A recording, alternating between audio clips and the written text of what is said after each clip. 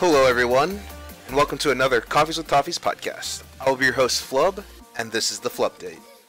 We got a great show for you tonight, as always. We have three things on the docket. We have team transfers, we have Starladder I-League Invitational 2, we also have the, last but not least, the Truesight Controversy. I'm going to be talking a little bit about that, my feelings on it, the different things that have happened throughout this week about it, and just kind of get that out there. I don't really like talking about the drama side of it, but I feel like it's kind of blown up to a point where I need to say my piece on it as well.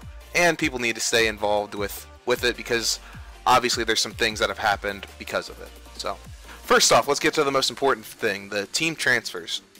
So it's kind of old news now, but if you have been listening to the past, or if you've been watching any of the tournaments that I've described to you this week, we have TNC has now added 1437 onto their team, and they have now made him captain of TNC.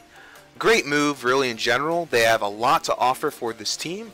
Well, he has a lot to offer for this team. He has a lot of sense of the game, and he has proved it with his Jakiro drafts, and he has done a lot for this team already. So I'm excited to see where TNC goes from this point. We have Fnatic. Hey, he has moved from Fnatic Meracle has moved to the sub position now, with an E instead of an I, and Ahjit now joins Fnatic in his stead. We also have Sedoy now leaves Effect to join Cyber Anji. Man, these names are killing me, but Cyber Anji. Hopefully I said that right. And we have Havost is now being dropped because of Sedoy's now joining this team. We have Alliance. The biggest probably news this week is Alliance has now dropped EGM, longtime member and one of the true original members of Alliance. So very interesting that they're going down this path, and we'll see what happens with Alliance in the next few weeks. But honestly, I feel like there's kind of more of a problem with how Loda's been playing in general, and it hasn't been. Ooh, sorry, I just realized that the music was probably a little too loud for everyone. Turn it down just a little bit more. Sorry about that.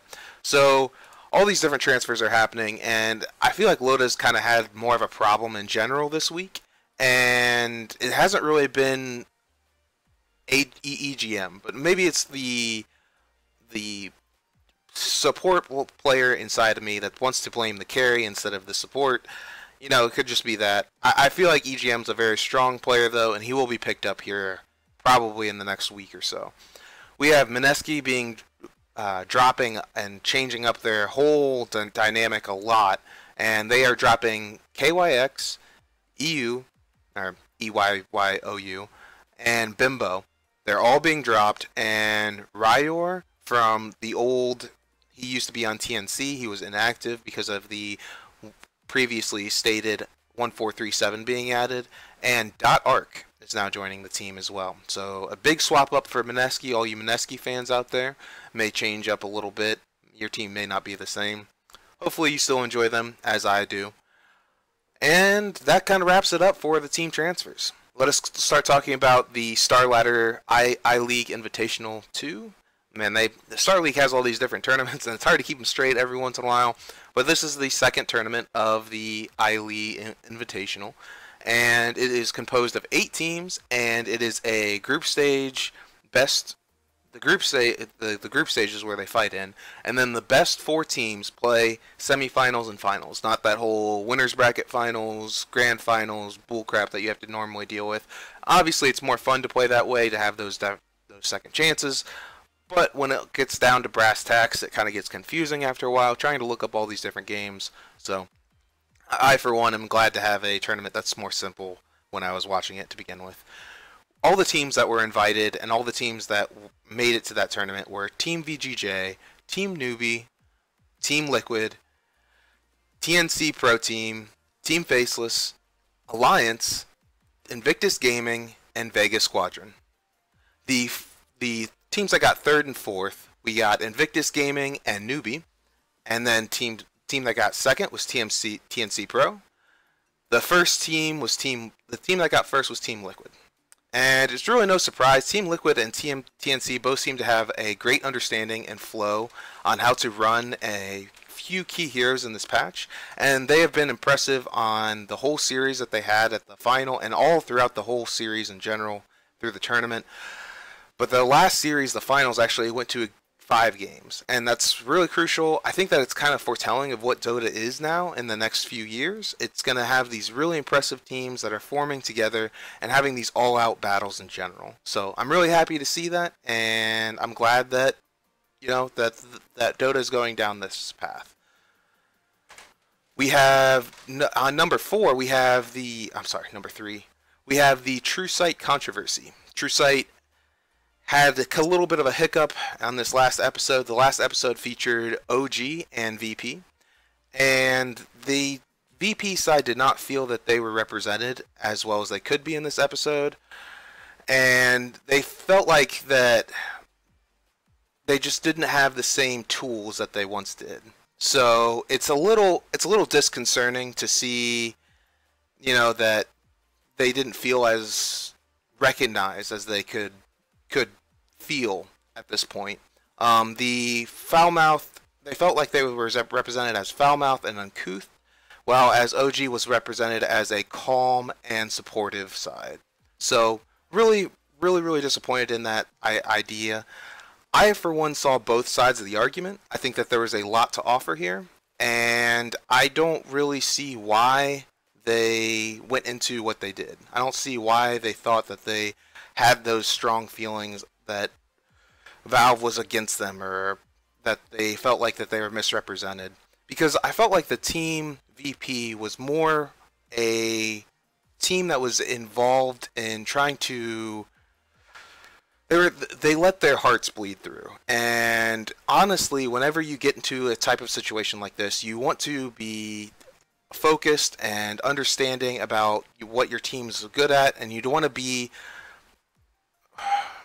excited for this event. You want to be forcefully like saying that we are better, we are here for a reason, we got this. And it kind of, when you look at these two teams, they kind of got a bad rap because really OG had more screen time. And that's the one thing I felt like they had a right to say, is that, well, even though we did lose, we should have had as much screen time as OG, and it felt a little bit misrepresented.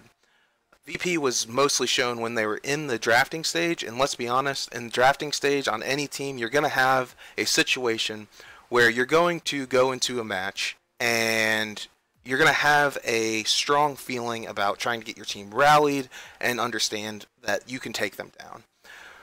The thing that I always found as a captain, I'm always kind of painted as a nice individual who generally doesn't want to upset anyone or poke fun at anyone. But whenever I'm a team captain and I'm trying to get my team rallied, I am one of those people that are going to say, we can do this, we got this, look at this draft, it's all wrong, we can beat them, we're so much stronger than them, we deserve to be here. So that's kind of what I got across from this point. Yes, they cursed a lot, but both teams cursed the entire time, and it didn't seem like that was a point that had any weight to it at all. So it's very interesting that they went down that side of things, and I don't really see a movement towards why that was important. I see that what's really important in this thing was to have I'm sorry, I'm getting harassed on live here by this guy. I just need to mute him or ban him real quick. Sorry about that. First time it's ever happened in a show, and honestly, it's a little disappointing to see. It was making me a little, obviously, making me a little out of focus here. But I do really like this video and what it was composed to be. We have OG. They really showed a good side of OG, and it's really hard to not show OG on a good side because a lot of people like No Tail, and there's a lot of views and stylized versions of how he goes down and approaches how he sees things on camera. He really has a voice for it, and he really understands what is possible. So it's a lot. it's really, really good to have someone that's really in focus and comfortable in front of the camera, and that's why they chose those positions. And he had some things that he kind of had some good phrases that kind of brought his team back. So it's when you have the person who's able to be more charismatic, they're going to seem like the good guy. Whereas VP didn't have necessarily the charismatic people, they had very, very good. They worked really well together, and they seemed more like a family because they were kind of joking around with each other, saying like their armpits smelled and things like that, which was kind of like a brotherly love type situation. And yeah, they, like I said before, they cursed a lot, but it wasn't a problem. Really, what it came down to, I feel like what was the biggest differences was Mad and art style. Mad was more of a supportive guy. He obviously was looking at the past because the team had won a lot in the past. He was able to bring up those tournaments in a productive environment. He was able to say, "Hey, look at your past. Look at your ideas and what brought you here. What got you to this point." Now, obviously, he talked to Anna through a lot of it and kind of cheered him up, and he wasn't a part of OG for most of those sessions. But he's kind of brought up that he was like, yeah, you've gone up against teams in the past, you've destroyed them, you put them in their place, do it again. And art style was more of the guy that was like, all right, these guys aren't worth your time. You guys know how to beat these guys. Just go in there and do it. Don't overthink it. And he was purposely trying to get them out of their heads. And he was being aggressive about it. Yes, he was saying ways to destroy them. But that's a style of coaching management. Whenever you go into a locker room or a thing, you just don't want to get their players to get into their own heads and think, oh, what if they do this? What if they do that? Get into the room, be present, understand what you're able to do, but don't think about the what ifs so much that you find yourself paralyzed during the draft. Because that's what a lot of people do. And really, when it came down to it, VP had a better draft by the end of the series, Game 3. They just had that one team fight that didn't go their way. So, it's a really impressive... They did a really impressive job, and I don't think that they should back away from Valve never being able to really film them again. It kind of makes it in a worse light by being able to do that. And a lot of people have stuck up for VP in spite of all of this, and said that, you know, maybe they were misunderstood because they're speaking a different language and they didn't get the exact things right. Honestly, I'm a person who studies a lot of verbal and nonverbal communication, and I didn't get exactly what they were saying. Obviously, I don't speak Russian and I don't understand the culture as well as many others probably do. But I felt like they were just hanging out, sitting around as brothers, talking about what's important to them and what makes Dota, you know, what shines through as like a family. And the OG had those types of elements. They had those types of things. They had that supportive net structure. But it wasn't exactly the same. And personally, I felt like that the video was more supportive of VP by the end of it. Even when they had that hard loss, they showed them shaking everyone's hand, putting on a brave face, smiling, and then obviously not until they got outside did they let their true emotions show, and how devastating of a loss it was for them. So really hats off to VP for this insight, and I really hope that they reconsider not going into a hiatus of not being filmed or recorded anymore. Honestly, that's got to be the show. I know it's a little bit of a short one. I'm going to close it up, and I want to put a special thanks out to Rebel Base themselves because they provide the free music for this video. I also want to say, if you guys want to help us out or subscribe to any of our videos, you can go to our Twitch channel, twitch.tv/Toffees_Dota2. You can go to our YouTube channel, 5Midas Gaming.